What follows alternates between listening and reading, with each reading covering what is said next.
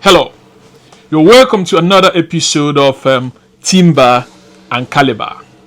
Today I'll be profiling Orji Uzor Kalu, how he started as a young trader and built an international business empire before becoming governor. So I'm going to talk about his days before he joined politics. Welcome to Timber and Caliber once again. This is a series where we study the lives of successful African and Nigerian business leaders. The purpose is to understand the journey. Because behind every successful entrepreneur is a story of vision, sacrifice, persistence, and calculated risk. Today's story is about a man who built a multinational business empire before entering politics. Long before he became governor of Abia State in 1999, Orji Uzor Kalu was already one of Nigeria's most successful businessmen. His story began with a very small amount of capital. According to published accounts of his life, Orji Uzor Kalu borrowed about $35 from his mother and used it to begin trading palm oil. He would buy palm oil in eastern Nigeria and transport it to northern Nigeria, where he sold it at a profit. Later, he expanded into furniture trading and wholesale commerce. Now, think about that for a moment. He didn't have wealthy investors, no multinational backing, no inheritance worth millions. Just a young man willing to travel, trade, negotiate, and take risks. That is the first lesson of today. Many great businesses begin with very little money but a lot of determination. So, as his trading business grew, Orji Uzor Kalu did something many entrepreneurs fail to do. He reinvested.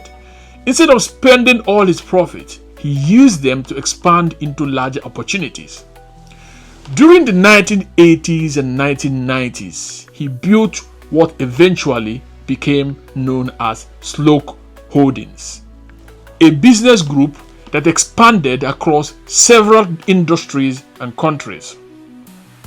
The group's business interests included furniture manufacturing through Ojalex Furniture Company, vegetable oil production, paper manufacturing, shipping and logistics, banking and financial services, oil trading and petroleum related businesses, publishing and media, aviation through Sloke Airlines, the international trading operations.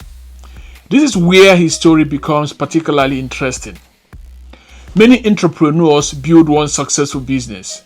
Orji Uzor Kalu built a network of businesses. He understood that relying on a single source of income can be risky.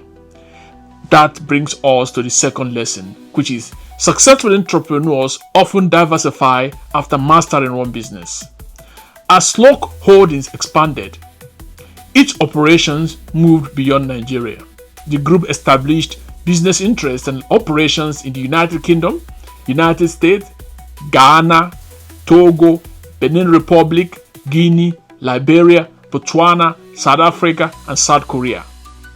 Think about the scale of that achievement. A young trader who started by moving palm oil between regions of Nigeria eventually built businesses operating across multiple countries and continents. That did not happen by accident. It required years of planning, years of relationship building, years of taking calculated risks, and years of learning how international business works. By the early 1990s, Orji Uzor Kalu had become one of Nigeria's most recognizable young entrepreneurs. At the age of just 33, he became chairman of First International Bank Limited, a remarkable achievement for someone so young. His success attracted national attention. In 1986, at only 26 years old, he became the youngest Nigerian to receive the National Merit Award from President Ibrahim Babangida. He was also recognized by business organizations for his entrepreneurial achievements and contributions to industry. This brings us to another important lesson. Success often follows years of preparation that nobody sees.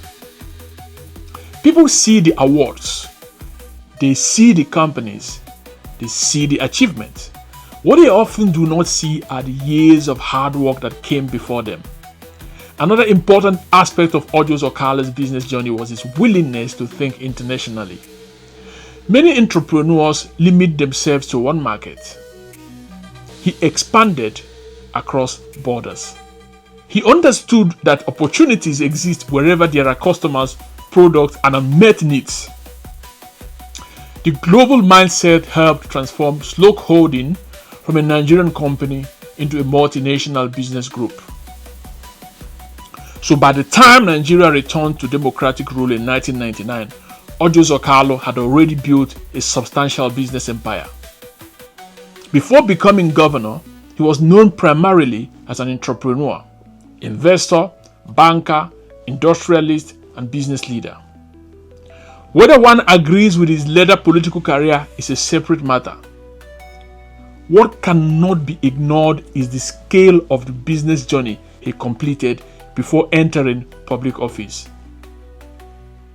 A young trader, a small loan, palm oil, furniture, manufacturing, banking, shipping, oil trading, aviation, international expansion, and eventually one of the largest indigenous business groups of its time. So what lessons can young entrepreneurs learn from Orji Uzor Kalu? First, start where you are. Second, reinvest your profit.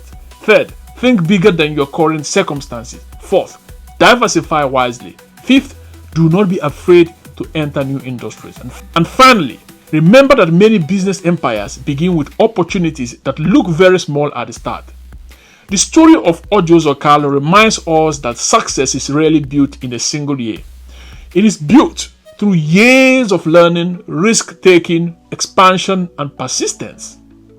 And sometimes, the difference between an ordinary business and an extraordinary one is simply the courage to keep growing. I'm Sopuruchukwu, and this has been Timber and Caliber. Join me again as we continue exploring the journeys of African business leaders whose stories inspire, educate, and remind us that great achievements often begin with humble beginnings. Thanks for watching. Please leave your opinion in the comment section.